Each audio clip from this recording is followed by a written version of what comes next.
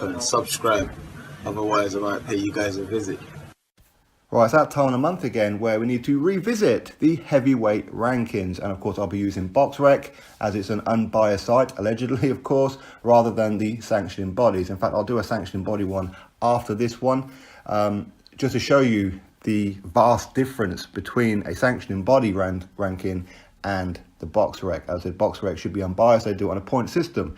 I'm going to be doing the top 25 as always. And before we get to the top 25, I'll give some honourable mentions as well, and as we get into some of it, I'll tell you why some people have moved up, moved down, and potentially moving up as well with fights coming up, all that kind of good stuff. So before we get into top 25, number 26 is Lucas Browne. Lucas Browne, of course, he won against Junior Paddy about 2 weeks ago in New Zealand. Junior Paddy's a journeyman, of course. Lucas Browne knocked him the hell out.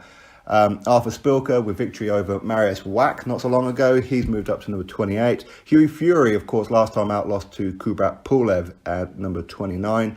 And again, a couple of honourable mentions. Nathan Gorman, number 31. Of course, he's going to be fighting this weekend against Razvan Kajanu, who Razvan Kajanu was supposed to have fought last weekend against Daniel Dubois. Daniel Dubois got flu, so he pulled out of that fight. Razvan Kajanu has now been moved onto this card after Nathan Gorman's original opponent, Alex Leopai, pulled out. So all going well for Nathan Gorman. He should be moving on from number 31 upwards and onwards for him. So good luck to him this weekend on the Warrington Frampton undercard. Mariusz Wach, 32. As I said, he moved down a bit because he lost to Arthur Spilka.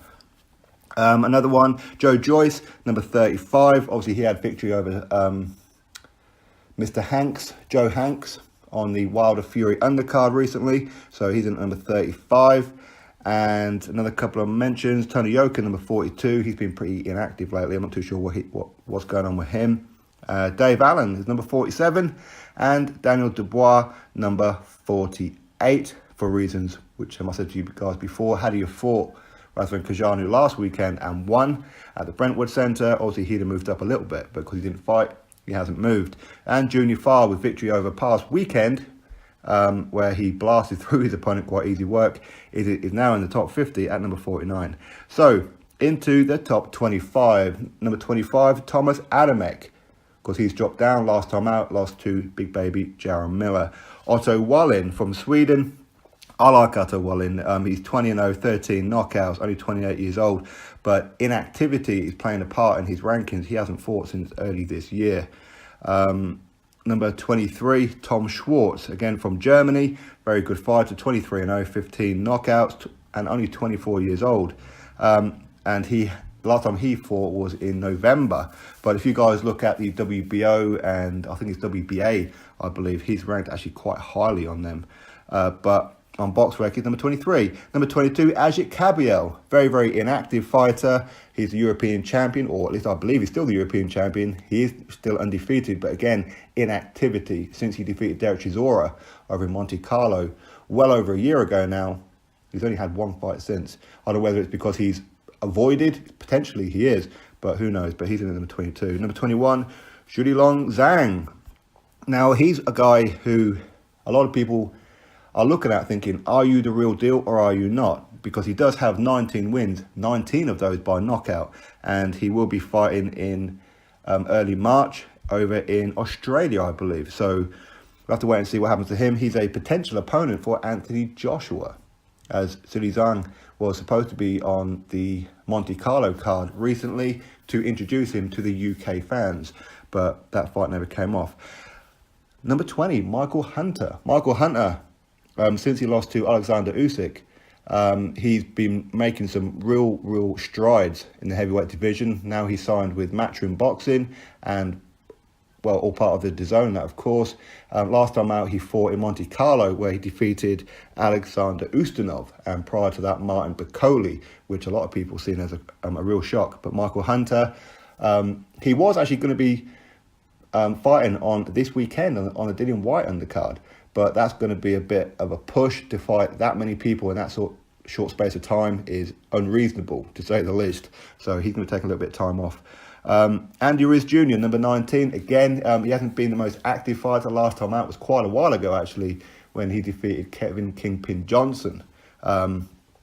I think he's re-signed now with Top Rank. I believe that's what he's done. I haven't spoken to him in quite some time, but I think that he's re-signed with Top Rank, so fully expect him to be on the ESPN and, of course, here in the UK on Box Nation. Or going forward, Andy Ruiz Jr. only has that one defeat on his record to Joseph Parker, which was way back when.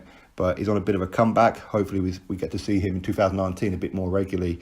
And Sergey Kuzmin, a lot of you guys will recognise that name. Yep, he defeated David Price. He has had a fight since and won. Robert Helenius, number 17. He's moved up. Obviously, he defeated Erkan Tepe. Again, a lot of you guys will know Erkan Tepe. He's a guy who knocked out David Price early doors and then got busted for PEDs. But Robert Helenius sparked him out for David Price, so excellent stuff. Filip Hrgović, very young guy. He's only had like a handful of fights. But Hrgović, he's one of these guys that a lot of people are looking on as the real deal. He's only 7-0. He does have a victory over Amir Mansour on there as well. Hence the reason why he's probably quite so high, even though he's only had 7 fights. Where there are some other people around who's had a hell of a lot more fights but are ranked way below him. So again, BoxRec use it on not just the fact that you've beaten somebody, but who have you beaten, which is good stuff. Number 15. So this is where we start mixing it with the real big boys, I suppose you could say. But there again, it's debatable by some of the people that's on here. Number 15, Charles Mine. Last time out, he lost to Adam Kownacki about 2-3 months ago. He hasn't had a fight since. A very, very good fight with Adam Kownacki. But either way, he's in at number 15. So he has actually dropped. I think last time out, he was like number 12 or 13, I think he was. Number 14, this is a bit of a head scratcher for me, Marco Huck. Now, Marco Huck is actually a cruiserweight predominantly. He has had a couple of fights at heavyweight. And last time out, he beat a guy with 40 wins and 5 losses, I think he was, from Turkey. I forgot the guy's name though. But is he in the heavyweight division to stay now? Who knows? If he's not, then in my opinion, he shouldn't be ranked in the heavyweight section. Number 13, Christian Hammer. Now, he won, I think it was it last weekend? I think he won. So he's back in the top 15. And last time I seen him fight, he got dogged by Alexander Povetkin. But anyway, he's in the number 13. Bryant Jennings, number 12. Now, he's going to be taking on Oscar Rivas. On a Top Rank show, and that won't be too far down the road. It's just around the corner, so all going well for Bryant Jennings on his comeback. Obviously, he had back-to-back defeats to Vladimir Klitschko and then Luis Ortiz. Went AWOL for a long, long time. Now he's on a bit of a comeback, and a victory over Oscar Rivas, who is an undefeated fighter, by the way, would do his rankings the world of good. But that's going to be a very good fight, by the way. Number 11, Derek Chisora. Obviously, he can be fighting Dillian Whyte this weekend at the O2 Arena on Sky Sports Box Office. For me, I would imagine Dillian Whyte's going to win. Heavyweight boxing, you never know. But, of course, I'm rooting for Dillian Whyte. Dillian Whyte's my guy. So I'm hoping that's what's going to happen. So we may well see Derek Chisora drop out of the top 15 should he lose. Or depending on how he loses, I suppose. If he goes to points, maybe he may only drop a ranking or two. If he gets sparked out, drop a whole lot more. But ultimately, if he beats Dillian Whyte, he's going to be propelled right up to the into the top 10, isn't he? Now we're into the top 10. Joseph Parker, victory over Alexander Flores this past weekend in New Zealand. Obviously, Parker's had back-to-back defeats. Obviously, losing his WBO World Heavyweight title to Anthony Joshua on points, and then losing to Dillian Whyte in a fantastic fight, where both fighters got dropped in that fight, but Dillian Whyte ultimately won on points. And victory this past weekend in New Zealand over Alexander Flores. Excellent stuff. So now he is back in the top 10. And he didn't just beat Alexander Flores, he pummeled him and hit him in the goolies quite a few times. Anyway, he is now in the top 10. Hopefully going forward, we may see him against, hopefully, a Lucas Brown or something like that. That's just my opinion. Ultimately, he's going to be looking at the winner of Dillian Whyte and Derek Chisora. But we'll have to wait and see. Adam Kownacki at number 9. Now, he's going to be taking on Gerald Washington, and I believe it's going to be on the Keith Thurman and Lopez undercard at the tail end of January. So, for me, Adam Kownacki, Polish-American, undefeated, best friends with Big Baby Jarrell Miller. I like Kownacki. As I said last time out, victory over Charles Martin. Prior to that, against Arthur Spilka. I only forgot his name for a second there. So anyway, he's in at number 9, and victory over Gerald Washington may move him up a place or 2. Kubrat Pulev makes his return to the rankings of BoxRec after a long time inactive. He's now he's now signed forms with Top Rank. Again, I'm going on memory. I believe that's what I've seen once, that he's just recently signed with Top Rank. And last time out, victory over Hughie Fury in Bulgaria, in Sofia. And now he's the IBF mandatory for Anthony Joshua. Kubrat Pulev has always been there or thereabouts on all the rankings for pretty much his entire career. He's a very good, underrated fighter. But inactivity cost him a lot of rankings. But now with victory over Hughie Fury, he's back in at the top 10 at number 8. Luis Ortiz, number 7. When he lost to Deontay Wilder a little while ago, he's had a couple of fights back. Razvan Kajanu, he stopped in 2 rounds. And last time out against Travis Kaufman, where it nearly went the distance. It was a 10-rounder, and he finally put a nail in Travis Kaufman in the final round after knocking him down a couple of times in that fight. Very one-sided fight, to be fair. In my opinion, I think that Luis Ortiz needs to learn how to cut the damn ring off. And I say that because he used to do it a lot, but lately he just doesn't seem to be doing it. But either way, he's in at number 7. And ultimately, who knows? There is talk about him going to be fighting Joe Joyce next. That would be an interesting one. Personally, I'd love to see him fight Joseph Parker. And there is rumours that Luis Ortiz could be joining up with Eddie Hearn and Matchroom Boxing as well, re-signing with them. But again, we'll have to wait and see. Dillian Whyte, number 6. As I said, this weekend against Derek Chisora in their rematch. Should Dillian Whyte be victorious, I would imagine, because he's only 11 points behind number 5, victory over Derek Chisora should move him into number 5 position. Who knows, maybe number 4, depending on how he does it and exactly how BoxRec do the point system. Not entirely sure. But Dillian Whyte this weekend, all going well. He beats Derek Chisora and moves up a little bit more. Number 5, big baby Jarrell Miller. He's been fighting some decent level opposition for his level, is what I mean. For his stage of his career, will probably be the best way to put it. He's beaten Johan Duapa.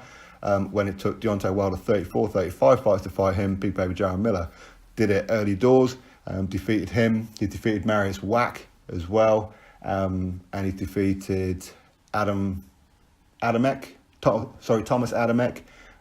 recently, and of course in Kansas a couple of weeks back there on the Matchroom show, he defeated Bogdan Dinu. And there is rumours that he could be on the Demetrius Andrade versus Arthur Akovov undercard as well, which I believe is going to be at the Madison Square Garden Theatre. So be interested to see who it is Jarrell Miller fights. There is talk that he could well be fighting Trevor Bryan, which would be a decent one. Or I'm not entirely sure what's happening with Manuel Charr with the whole WBA regular world title. Has he been stripped since he's been found with PEDs or whatever? Don't know.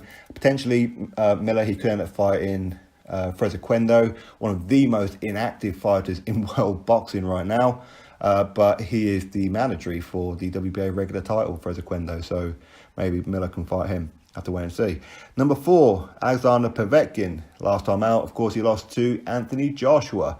But to be fair, with the resume that he has, with all the top names on his resume as well, that's why he's keeping his position. So one loss didn't affect him too much. But ultimately, he hasn't had a fight since Anthony Joshua, and there's rumours that he could well be fighting on the Anthony Joshua undercard on April 13th at Wembley Stadium. Against who? No idea.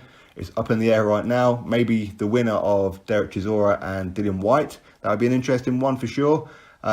If, of course, Dillian Whyte doesn't get Anthony Joshua penciled in for April 13th. So that would be a good one. Povetkin versus Dillian Whyte. Be very, very interesting in that one.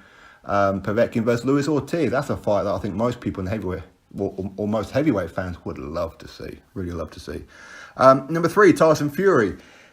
He should be the WBC heavyweight champion. I think that's well recognised. He did defeat Deontay Wilder, but Wilder got gifted a draw decision. Very unfair, in my opinion, and especially as Tyson Fury, after everything that he's gone through with the depression, the drugs, the anxiety, the drink, the obesity, and mental health and the British Boxing Board of Control and UCAD and all this kind of like a situation kept him inactive for 2.5 to 3 years.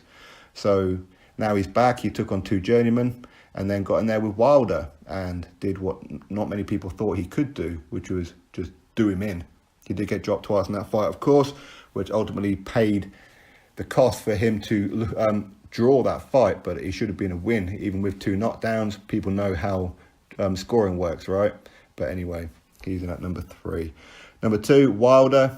As I just said, he's still the WBC heavyweight champion, but he got gifted a draw, and because he's champion, he keeps his number 2 position. Anthony Joshua in at number 1. Well, I say in, stays at number 1. The unified WBA, Super WBA at that, IBF, WBO and IBO World Heavyweight Champion. Of course, he's chasing a fight for undisputed against Deontay Wilder. Wilder doesn't seem too interested for whatever reason. So who knows what's going to happen. He will be out again April 13th, as we've said. So these are the rankings. You drop your thoughts below about it. Click that thumbs up and, of course, subscribe. Catch you all on the next video.